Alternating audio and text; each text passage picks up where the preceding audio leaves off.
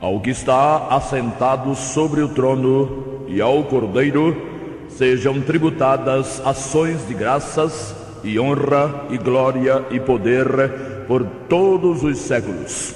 Missão Evangélica Boas Novas. Programa Boas Novas.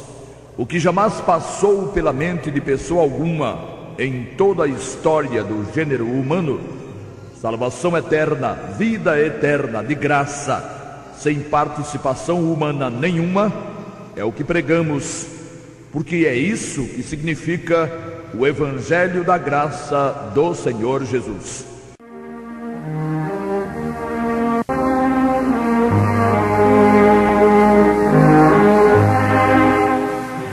O nascimento do Senhor Jesus certamente estabeleceu um marco definitivo na história da humanidade.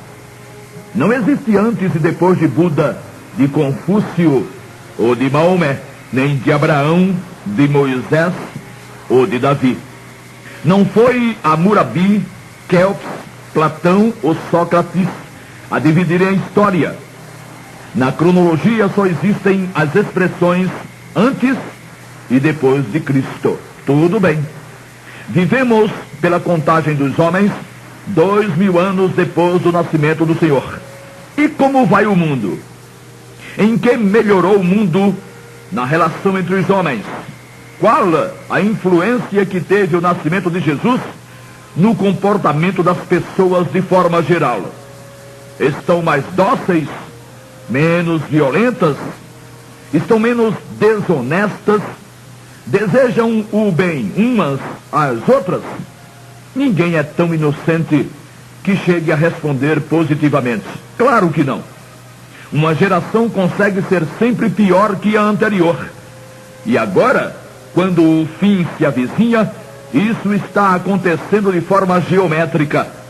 Não se trata mais de uma piora aceitável. Ao invés de soma, existe multiplicação. Em alguns tipos de crimes, os seguidores de Lampião hoje seriam tidos como amadores, apenas meninos maus. Então, se o nascimento do Senhor Jesus não resolveu o problema moral e não modelou espiritualmente a humanidade, fazendo-a menos má, para que serviu finalmente? Para o chamado cristianismo, o nascimento de Jesus serviu, em parte, para a promoção do Natal. O Natal é uma festa só. Os comerciantes faturam, as crianças ganham presentes e todo mundo se aproveita do peru, do panetone, das nozes ou do champanhe.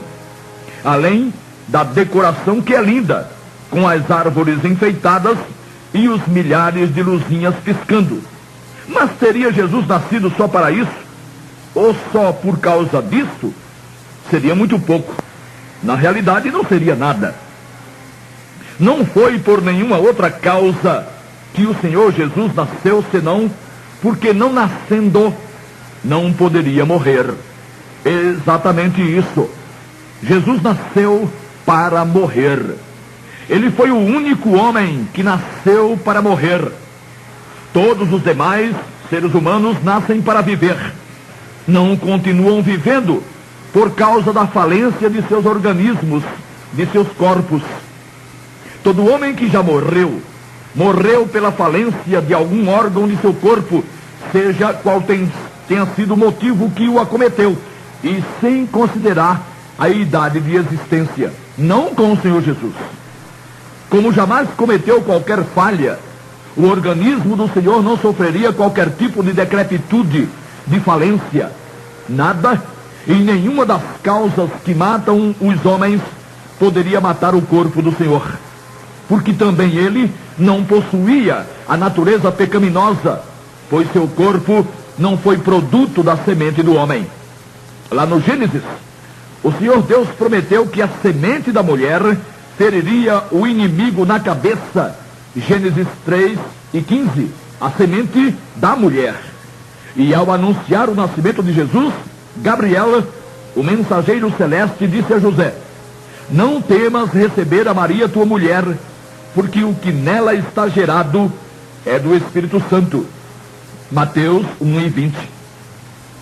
Tendo sido gerado do Espírito Santo, que fez uso do ventre de Maria, o Filho de Deus recebeu as mesmas condições de Adão, que também não foi gerado de semente humana, portanto, livre de qualquer natureza corrompida e pecadora.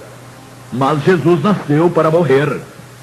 Adão teria continuado vivo, e vivo estaria ainda hoje, se não tivesse obedecido à voz do inimigo.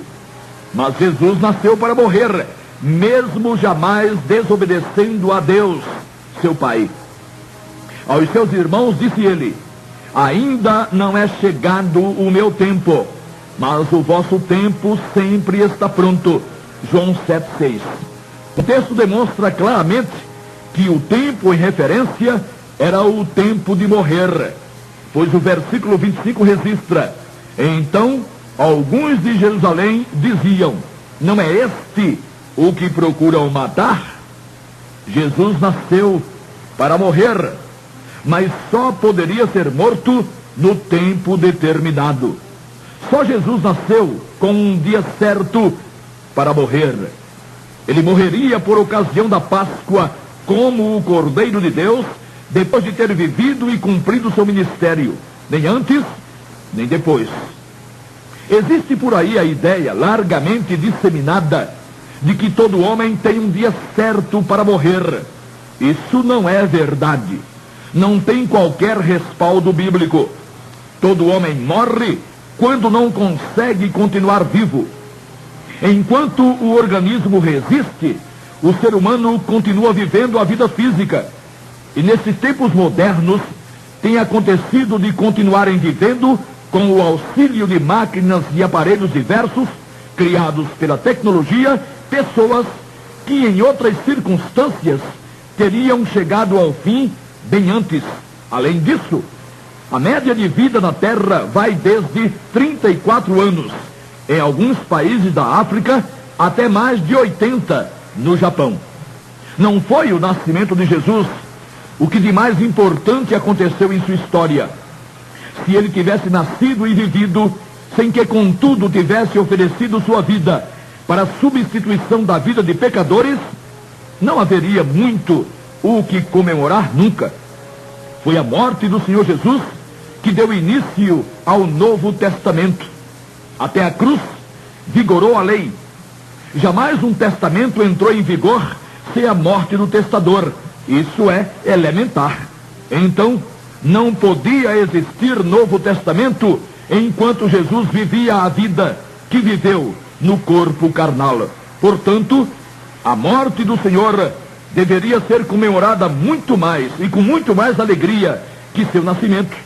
Mais festa, mais luzes, mais vibração, pois foi na morte que ele venceu definitivamente. Foi na morte que ele conquistou a justiça que libertou o remido da ira e da justiça divinas. Para poder ter paz com Deus e ter condições de estar em sua presença eternidade afora, o ser humano precisaria ser tão justo, tão santo e tão perfeito quanto ele. Não havia como um ser perfeito manter comunhão com seres imperfeitos e injustos. Daí a necessidade de um Novo Testamento, que diferentemente do Velho Testamento, baseado na justiça do próprio homem, no cumprimento da lei, o que jamais aconteceu, seria o Novo Testamento fundamentado na justiça daquele que se faria o testador. A justiça que o homem não possuía seria suprida pela justiça que o testador conquistaria na vida e na morte. Se ninguém conseguiu nada perante a justiça divina na vigência da lei, como conquistaria na vigência da graça?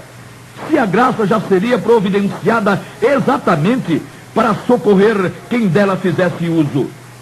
Deus, assim, ele mesmo, e não o ser humano, ele mesmo, por instrumentalidade de seu bendito Filho, produziu justiça através de um homem para aplacar sua justiça. O mecanismo não poderia ser diferente. Só uma perfeita justiça humana seria competente para preencher os requisitos e suprir as exigências da justiça divina. Portanto, é abominável a história de que Jesus, como homem, era também 100% Deus. Nesse caso, o ser humano teria, no caso da justiça, o ser humano teria que ficar de fora, como já ficara na dispensação da lei. Segundo a lei, ninguém foi salvo. Aliás, foi salvo não, ninguém se salvou. Porque na lei, Deus não salvaria ninguém. E não existia salvador na lei. Na lei, cada um salvar-se-ia, desde que a cumprisse, jamais pecando. E isso não aconteceu. Deus, então, repetimos, na cruz, providenciou justiça através do Cordeiro Eterno, o homem justo e perfeito, para colocar sobre os injustos e imperfeitos. Todavia, algo tremendamente esquisito aconteceu e tem acontecido. Aconteceu primeiro com os judeus, a quem Deus dera a lei através de Moisés, e depois com os gentios. Os judeus, em sua maioria, mesmo não conseguindo cumprir a lei, continuaram insistindo em permanecer debaixo dela, e a maioria faz a mesma coisa hoje. Um deles, o apóstolo Paulo, escrevendo a remidos em Roma, disse: irmãos, o bom desejo do meu coração e a oração a Deus por Israel é para a sua salvação, porque lhes dou testemunho de que tem zelo de Deus, mas não com entendimento. Porquanto, não conhecendo a justiça de Deus e procurando estabelecer a sua própria justiça, não se sujeitaram à justiça de Deus. Porque o fim da lei é Cristo, para a justiça de todo aquele que crê. Romanos 10, de 1 a 4. Na dispensação da lei, o fim da lei seria seu cumprimento. Tudo muito simples. A lei não foi dada como figura de retórica. Ela foi dada para ser cumprida por quem conseguisse tal proeza. O problema, é bom repetir, embora todos já saibam, é que nunca, jamais, homem algum cumpriu a lei de forma total. E como tropeçar em um mandamento é o mesmo que tropeçar em toda a lei, Tiago 2:10, não adiantou nada alguns terem conseguido observar o sábado, mesmo farisaicamente. A lei não consistia e nem consiste apenas do sábado. A solução encontrada pelo Todo-Poderoso, infelizmente solução não aceita também pela maioria do chamado mundo cristão, foi permitir a ida de seu filho vestido de homem, o único homem perfeito, o único homem a cumprir toda a lei, à cruz. Todo mundo no mundo deveria ir à cruz, menos Jesus. Mas foi exatamente ele quem foi à cruz. E se ele não deveria ir, mas foi, então ele foi não por sua causa, mas por causa de outros. Ora, se Jesus cumpriu a lei, a justiça de Deus não poderia jamais permitir sua morte na cruz. Entretanto, se a justiça divina impedisse a morte do Senhor, ele não poderia transformar-se no salvador de pecadores. Pecadores morrerem crucificados era coisa comum. Pecadores presos e sentenciados é coisa comum em todo mundo.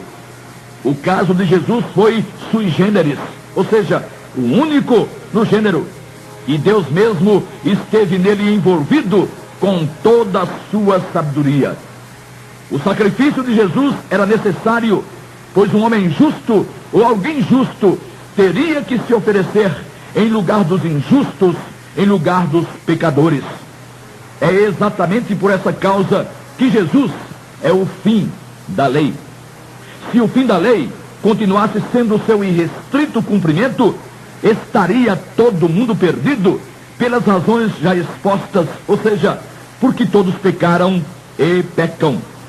Quem quiser continuar tentando chegar ao fim da lei através de seus próprios esforços, que o faça. Como nesse mundo tem gente para tudo, tudo bem. Entretanto, Deus, o Altíssimo, o Criador, pensou de forma diferente. Como não viu ninguém que em qualquer época chegasse à perfeição, chegasse ao fim da lei, admitiu receber em sua presença aqueles que não conseguissem cumprir a lei, não chegassem nunca à justiça perfeita, mas que, invocando o nome do seu Filho, do Filho amado, se identificassem com ele através da fé, confiança, recebendo a eficácia do seu sangue. Foi e é pena que os filhos de Israel tenham tido e continuem tendo um exagerado zelo por Deus, nem sequer admitindo pronunciar seu suposto nome, mas sem entendimento algum. Um zelo vão, zelo que não resultará naquilo que é o mais importante na existência do ser humano, sua salvação eterna. Zelosos, mas perdidos. Grande negócio. O apóstolo orava e orou para que eles fossem salvos ou chegassem a ser salvos.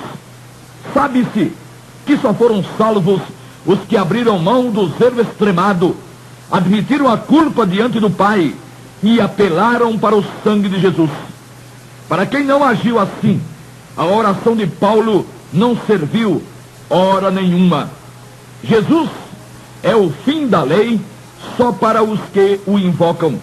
Ele foi o fim da lei para nós, remidos, que o invocamos como Salvador pessoal, único e todo suficiente. A lei continua precisando ser cumprida por todos os homens. Entretanto, para piorar ainda mais as coisas, mesmo que alguém conseguisse cumpri-la a partir de determinada época de sua vida, restariam os pecados cometidos até ali. E quem os perdoaria se Deus não perdoa? E se aquele alguém não invocara ou não invocou o nome de Jesus, o Salvador? A lei de Deus, a lei massacrante, a lei irredutível, a lei implacável, a lei repleta de faça assim, não faça assado, tem um fim na existência de todo ser humano. No caso do Senhor Jesus, ela teve cumprimento cabal, total, absoluto e irretocável. Esse era o fim que a lei deveria ter na existência de todos. Mas a natureza pecaminosa, em manifestando-se, anula toda e qualquer possibilidade. E assim foi com todos. Nesse caso, no caso dos desobedientes à lei, o fim dela seria e será a perdição, as trevas, a morte, como separação eterna de Deus.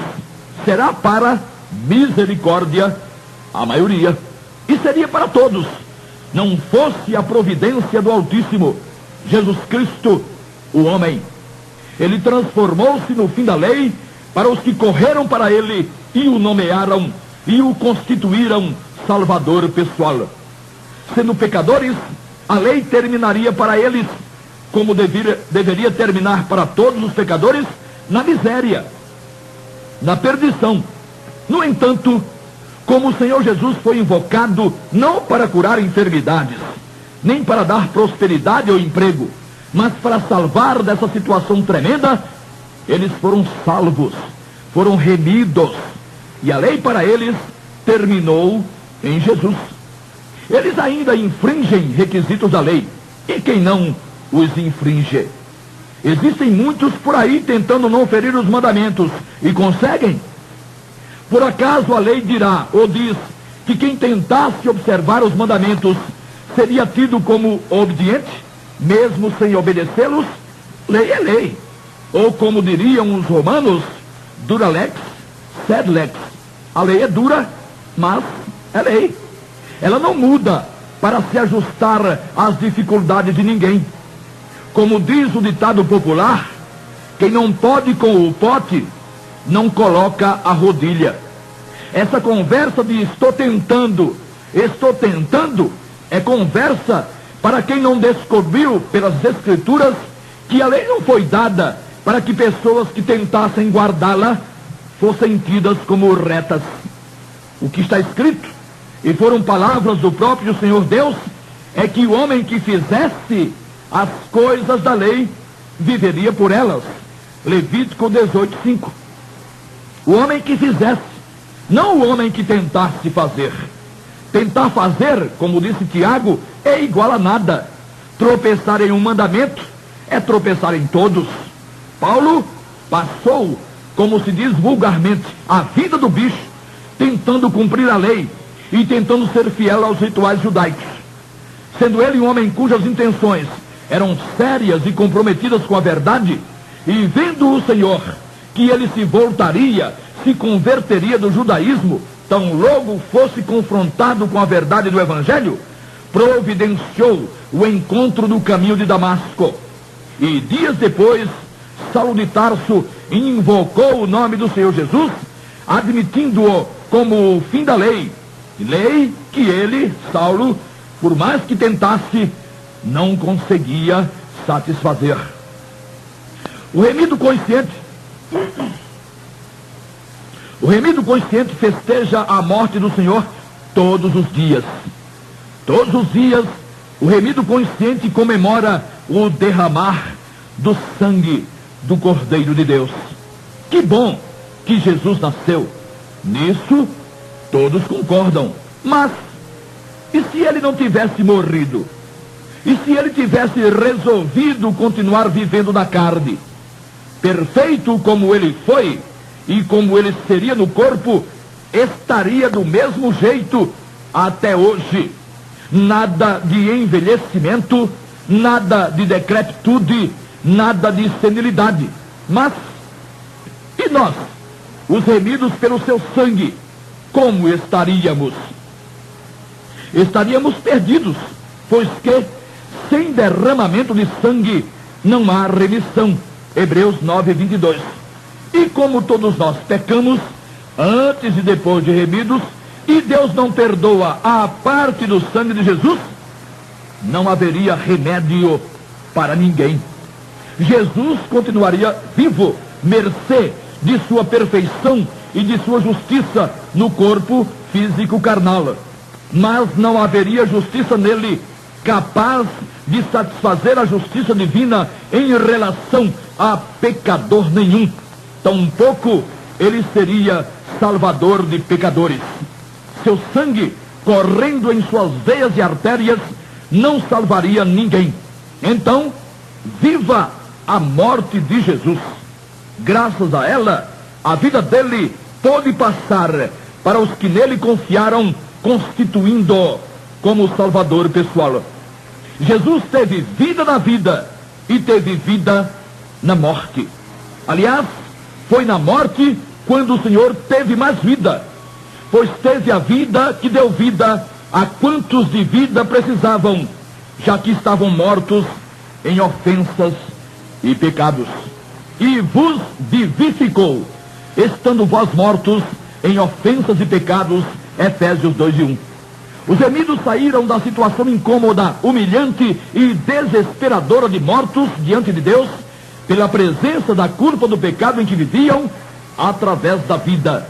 Não vida produzida por uma suposta obediência à lei de Deus, ou pela prática de boas obras, ou por causa da caridade, e nem pela perseverança, mas vida transmitida pelo sangue de Jesus, vale dizer, pela vida de Jesus. Ou o ser humano tem em si a vida de Jesus, ou não tem vida alguma. A vida vivida no corpo, já vimos, é mais morte do que vida. Enquanto existe vida no corpo, até parece que o cidadão está mesmo vivo. Mas é só o corpo morrer, e já correm seus parentes e amigos para socorrê-lo na morte, com orações, com rezas, com velas, com sufrágios e com votos de que Deus o tenha em um bom lugar. Isso é morte, não vida. Se crescem na vida que o morto, enquanto vivo, parecia ter, fariam festa, não velório. Não há o que lamentar na partida de quem nesta vida teve vida. Se mesmo preso a um corpo carnal, o remido tem vida, o que não será sua vida soltas às amarras da carne? Chora-se a saudade, o que é admissível e compreensível. E quando alguém vai além disso, chora a perda. E já não chora por quem foi, chora por si mesmo, por já não ter aquele ou aquela que lhe fazia companhia, por já não ter quem lhe pagava as contas, por já não ter quem lhe era querido. Todavia, para o remido, se o viver é Cristo, o morrer é lucro. Filipenses 1:21. E por que lamentar por quem está no lucro? Lamentar o quê? Viva a morte de Jesus. Desde que ele morreu, tem sido possível a pregação do Evangelho da Graça. Jesus morreu para que viesse à existência o Evangelho da Graça. Lamentavelmente, Laodiceia, a igreja atual, não tem pregado o Evangelho da Graça. Existe uma misturada, um coquetel de doutrinas esquisitas e alheias ao texto bíblico neotestamentário, sendo denominado por aí, esse coquetel, de Evangelho de Jesus. Não é verdade. O Evangelho da Graça do Senhor Jesus não cobra nada de ninguém, não exige nada de ninguém, não estabelece qualquer tipo de sanção ou de imposição, e não o faz por ser pura graça. A lei foi dada por Moisés, a graça e a verdade vieram por Jesus Cristo, João 1:17. Jesus trouxe a graça, Jesus estabeleceu a graça, e a graça é de graça, não admite nenhum preço, nada de faça ou deixe de fazer. Isso seria lei, e lei já existia. A graça é de graça, porque ninguém conseguiria tentando o cumprimento da lei. Quem tem transformado a mensagem da graça nessa miséria que anda por aí, com o nome de Evangelho, onde tudo é cobrado e caro, inclusive com a confusão no pagamento do dízimo e na entrega de ofertas, gostaria que o arrebatamento ainda fosse coisa para séculos, pois anda à margem do estabelecido no Novo Testamento, a Escritura da Graça, e pressente que há de passar maus momentos no tribunal de Cristo. E você, amigo, você, prezado ouvinte, onde se encontra nisso tudo, festeja mais o nascimento do Senhor ou sua morte? Remido consciente é aquele que, ao invés de chorar a morte do Senhor, festeja o tempo todo essa morte, porque foi na morte que Jesus trouxe-lhe a vida e vida eterna. Amém.